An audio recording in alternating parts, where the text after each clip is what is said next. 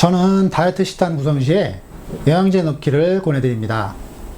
쉽게 올 수 있는 영양 불균형을 영양제라는 보충제를 통해 보완을 해주면 다이어트에 도움이 되고 체력 소모를 최소화할 수 있습니다. 안녕하세요. 코코로 다이어트TV 김태현입니다. 체중 감량은 몸에 있는 구성 성분 중에 근육이나 수분보다는 지방을 줄이는 것이 좋습니다. 먹는 양을 줄이거나 운동량을 늘려서 지방을 에너지원으로 써서 소모시키는 것인데요.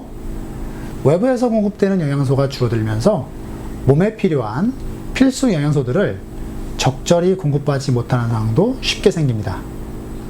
필수 영양소들은 외부에서 섭취해줘야 하는데 공급이 되지 않는다면 몸에서 생성이 되지 않아 부족해지고 이것은 곧 체력 소모를 의미합니다. 하루 이틀 조금 먹었다고 몸에 영양균형이 깨지거나 급격한 체력 소모를 경험하지는 않습니다.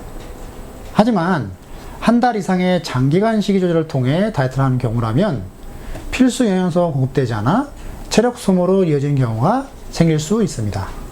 식단을 잘 구성하여 필수 영양소들이 잘 배치되도록 한다면 이상적이겠으나 적게 먹으면서 균형 잡힌 식단을 짜기는 쉽지 않습니다. 또 한 가지 나이도 고려를 해야 하는데요. 40대 이상에서는 반드시 식단에 적절한 영양소들이 들어있는지 꼼꼼히 확인해야 합니다. 다이어트 시에 기본적으로 복용해야 될 영양제에 대해서 먼저 알아보겠습니다. 첫 번째는 종합 비타민제입니다. 지방을 에너지원으로 쓸 때 여러 가지 비타민과 미네랄들이 동원됩니다. 만약 다이어트 식단에 적절하게 포함되지 않는다면 몸에서 부족해지게 되며 해당 영양소들이 관여하는 대사가 활발하게 이루어지지 못하고 이것이 반복된다면 체력 소모로 이어집니다. 따라서 비타민과 미네랄이 함유된 종합 비타민제를 복용하면 지방이 소모되는데 훨씬 유리한 환경이 생기며 기운도 유지되고 좋은 컨디션을 만들어갈 수 있습니다. 비타민 B나 C 등 하나씩 정량이 함유된 제품이 좋은 것은 확실하나 종류도 많고 함유량도 다 달라서 알아보려면 너무 힘듭니다. 우선 적절한 종합 비타민을 하나 선택하여 같이 복용하면서 조금 더 세분화된 제품은 천천히 알아가면 좋습니다. 다음으로 권해드리는 제품군은 오메가3입니다. 불포화 지방산이 다량 함유된 오메가3는 다이어트에도 도움이 되지만 혈관 건강을 위해서도 많이 권장하는 영양소입니다. 올리브오일, 들기름, 생선 등에 풍부하게 함유되어 있지만 우리 식단에서는 자주 먹어주기에 한계가 있습니다.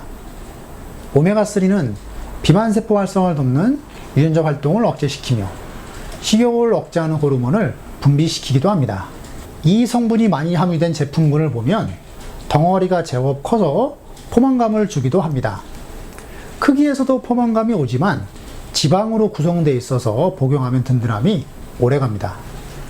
오후에 허기를 많이 느끼시는 분들은 점심과 함께 복용하도록 하며 저녁이나 밤에 출출함이 있는 분들은 저녁 식사와 함께 복용하시기를 권해드립니다. 생선에서 추출한 제품군들이 일반적인데 간혹 복용 후 생선 비린내가 올라온다고 꺼려하는 분들은 식물에서 추출한 제품군들도 있으니 본인의 기호에 맞게 선택하시면 됩니다. 다음은 평소에 고기를 잘 먹지 않는 분들이 섭취해야 될 영양제입니다. 바로 단백질 보충제입니다. 단백질은 인체에서 물 다음으로 많이 차지하고 있는 물질입니다.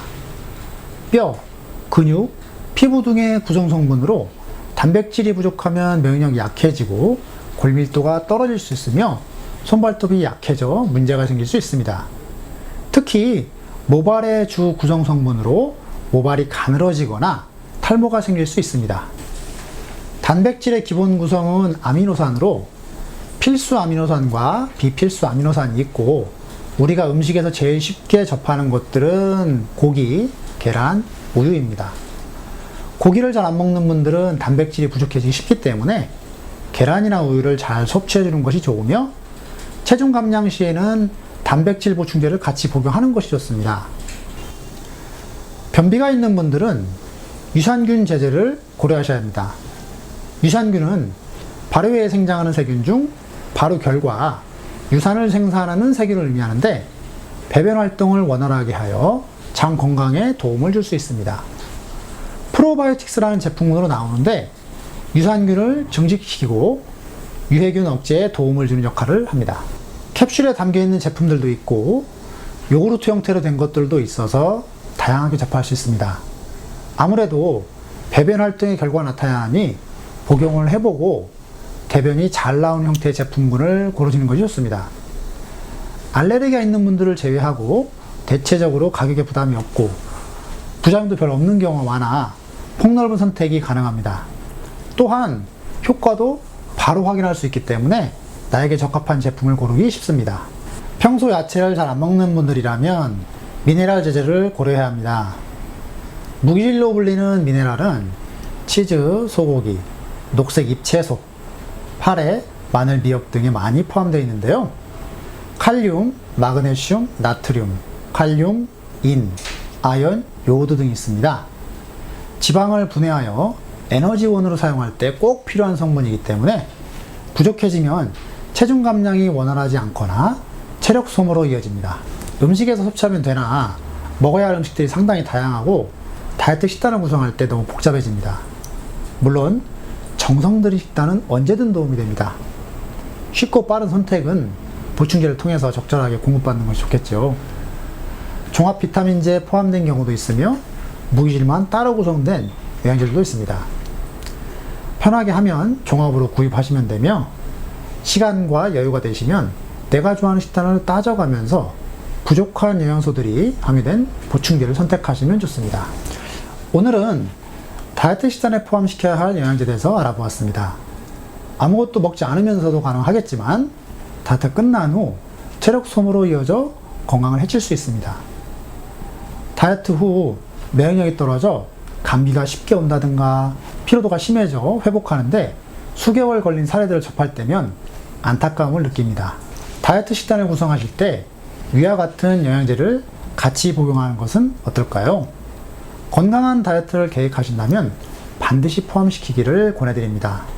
그럼 앞으로도 좋은 정보로 찾아뵙겠습니다. 오늘 영상이 마음에 드셨다면 좋아요, 구독 부탁드립니다.